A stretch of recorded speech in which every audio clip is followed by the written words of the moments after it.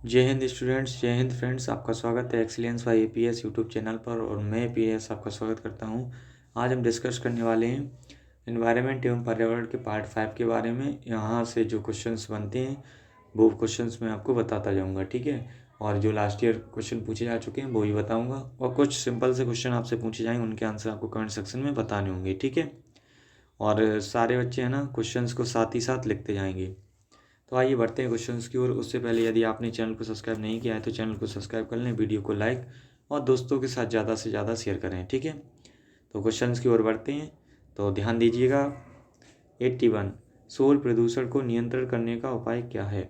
शोर प्रदूषण यानी कि ध्वनि प्रदूषण को कैसे नियंत्रण हम कर सकते हैं। तो इसका जो ऑप्शन है वो डी सही है।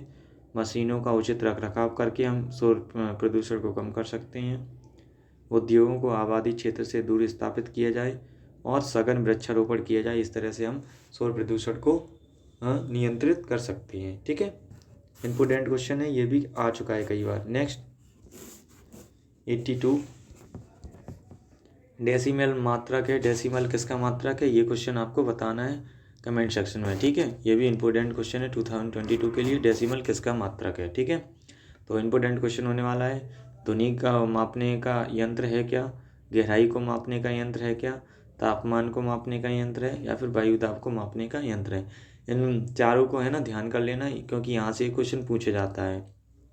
तो नेक्स्ट 83, जल प्रदूषण के नियंत्रण का उपाय क्या है। तो जल प्रदूषण हम किस तरह से नियंत्रित कर सकते हैं। तो इसका जो उपाय है वो है डी ऑप्शन, उपयुक्त में से कोई नहीं। इसका डी ऑप्शन सही आंसर है और इम्पोर्टेंट क्वेश्चन भी है, ठीक है। नेक्स्ट 84, जल का प्रमुख प्रदूषक तत्व है। जल का प्रमुख प्रदूषक तत्व क्या है। तो ये जो है ना उपयुक्त सभी, इसका डी ऑप्शन सही है। पारा, सीसा व जस्ता और फ्लोराइड, ये तीनों ही है ना ऑप्शन सही है, इसीलिए ऑप्शन डी इसका सही आंसर होगा। 85, जल प्रदूषण का मानवीय स्रोत क्या है। मतलब जल प्रदूषण का मानवीय स्रोत क्या है वो बताना है। यह है उपयुक्त सभी, बाह्य स्राव, औद्योगिक बाह्य स्राव और बाहित मल। इसका डी ऑप्शन सही आंसर होगा। ये भी इम्पोर्टेंट क्वेश्चन है, ठीक है। सारे बच्चे जो है ना क्वेश्चंस को लिखते जाएंगे साथ ही साथ। नेक्स्ट 86, वायु प्रदूषण से फैलने वाला रोग कौन सा है। तो वायु प्रदूषण से कौन सा रोग फैल सकता है। उपयुक्त सभी फैल सकते हैं। कितने उपयुक्त सभी जो ऊपर दिए गए हैं। औद्योगिक प्रदेशों के चतुर्दिशिक हरित पट्टी का विकास, घरेलू ईंधन के रूप में धुआं रहित ईंधन का उपयोग और उद्योगों की स्थापना आबादी क्षेत्रों से दूर की जाए। इसका जो डी ऑप्शन है वो सही आंसर है, ठीक है। नेक्स्ट 87, प्रदूषण का मानव जनित स्रोत क्या है। प्रदूषण का जो है ना मानव जनित स्रोत क्या है वो है उपयुक्त सभी, औद्योगिक बाह्य स्राव, बाहित मल और तापीय स्रोत। ये तीनों जो है ना मानव निर्मित स्रोत के एग्जाम्पल हैं प्रदूषण के, ठीक है। नेक्स्ट, ये इंपॉर्टेंट क्वेश्चन है, ध्यान रखना। इसका आंसर भी आपको ही देना। भूकंप की तीव्रता को मापा जाता है। भूकंप की जो तीव्रता होती है वो उसे किससे नापा जाता है, इसका आंसर आपको कमेंट सेक्शन में बताना है।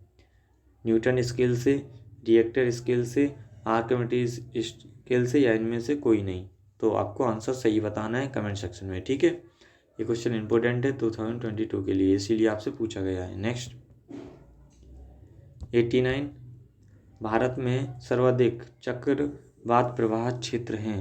भारत में सर्वाधिक चक्रवात प्रभावित क्षेत्र कौन से हैं। तो इसका जो आंसर बनने वाला है वो समुद्री तट।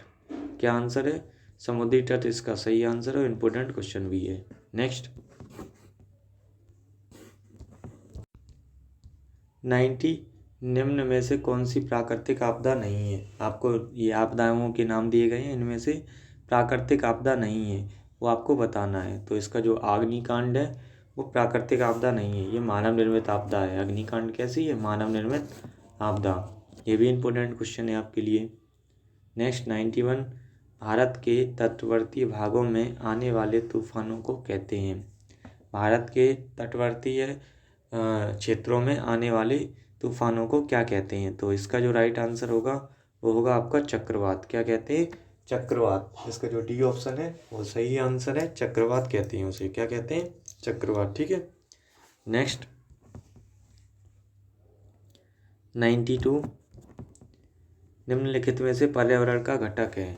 आपको निम्न घटक दिए गए हैं, उनमें से बताना है कि पर्यावरण का घटक क्या है। तो इसमें से पर्यावरण का जो घटक है उपयुक्त सभी है। क्या है? उपयुक्त सभी। वायु भी पर्यावरण का घटक है, मृदा भी पर्यावरण का घटक है, जल भी पर्यावरण का क्या है? घटक है। तो इस तरह से आपका ऑप्शन डी राइट आंसर है। इम्पोर्टेंट क्वेश्चन भी है। नेक्स्ट 93 निम्नलिखित में से जैविक घटक हैं। आपको कुछ घटक दिए गए हैं, उनमें से जैविक घटक का नाम बताना है। तो ये जो है आपका पादप। पादप कैसा है? जैविक घटक। ठीक है। नेक्स्ट 94 अब निम्नलिखित में से अजैव घटक का आपको आंसर बताना है। ठीक है। अब ये आंसर आप ही बताएंगे कमेंट सेक्शन में कि अजैव घटक का एग्जाम्पल कौन सा है। जैव घटक अभी बताया था मैंने, पादप है। तो अजैव घटक कौन सा होगा वो आपको बताना है। तो इसका आंसर क्या होगा वो बताना आप। वनस्पति, जंतु, मानव या फिर सौरताप। तो इसका क्या आंसर होगा आप कमेंट सेक्शन में ज़रूर बताना। ठीक है। नेक्स्ट 95 पर्यावरण के मुख्य कारकों में है। पर्यावरण के मुख्य कारकों में क्या है? तो इसका जो है ना उपयुक्त सभी हैं। इसके जो डी ऑप्शन है वो सही आंसर है। जलवायु, भौगोलिक स्थिति, वनस्पति। इसके जो डी ऑप्शन है वो सही आंसर है। इंपोर्टेंट क्वेश्चन भी है। नेक्स्ट 96 निम्नलिखित में से पौधे के विकास को प्रभावित करने वाला तत्व है। मतलब पौधे के विकास को कौन प्रभावित करता है वो बताना है आपको। तो इसमें जो है डी ऑप्शन सही आंसर है। उपयुक्त सभी। कौन प्रभावित करता है? उपयुक्त सभी इसका सही आंसर है। ठीक है। मृदा में उपस्थित रासायनिक पदार्थ भी प्रभावित करते हैं, ह्यूमस भी प्रभावित करता है, सौर ऊर्जा भी प्रभावित करते हैं, उपयुक्त सभी प्रभावित करते हैं। नेक्स्ट 97 पारिस्थितिक तंत्र यानी कि इकोसिस्टम शब्द का सर्वप्रथम प्रयोग किसने किया था? पारिस्थितिक तंत्र यानी कि इकोसिस्टम शब्द का सर्वप्रथम प्रयोग किसने किया था? तो इसका जो आंसर है वो है सी ऑप्शन, टेंसले ने किया था। ये क्वेश्चन कई बार आ चुका है कि पारिस्थितिक तंत्र का सर्वप्रथम प्रयोग किसने किया था? टेंसले ने। ठीक है। नेक्स्ट 98 स्थलीय पारिस्थितिक तंत्र में सम्मिलित कौन कौन है? स्थलीय जो है ना पारिस्थितिक तंत्र में कौन कौन से तत्व सम्मिलित हैं? तो इसका जो बी ऑप्शन है पठार, उसका सही आंसर है। और इम्पोर्टेंट क्वेश्चन भी है, कौन शामिल है? पठार। ठीक है। नेक्स्ट 99 निम्नलिखित में से कौन सा घटक पारिस्थितिक तंत्र के जैविक घटक में शामिल है? आपको कुछ घटक दिए गए, उनमें से बताना है कि पारिस्थितिक घटक में कौन सा शामिल है। तो इसका आंसर आप कमेंट सेक्शन में बताना। ठीक है। स्वपोषी शामिल है या परपोषी शामिल है या शाकाहारी शामिल है या फिर सभी शामिल हैं? उपयुक्त सभी। तो आपको आंसर बताना है, राइट आंसर। इंपोर्टेंट क्वेश्चन है, कमेंट सेक्शन में इसका राइट आंसर बताना है। ठीक है। नेक्स्ट 100 निम्नलिखित में से शाकाहारी घटक कौन सा है? मतलब शाकाहारी वो जीव होते हैं जो सिर्फ हरे पेड़ पौधे खाते हैं। तो ऐसा कौन सा इनमें से आपको बताना है। ठीक है। तो ये क्वेश्चन भी आपको बताना है। ये भी इम्पोर्टेंट क्वेश्चन है। मेंढक होगा क्या इसका आंसर? हिरन या फिर चीता या फिर शेर? कौन सा आंसर सही होगा वो आपको कमेंट सेक्शन में बताना है।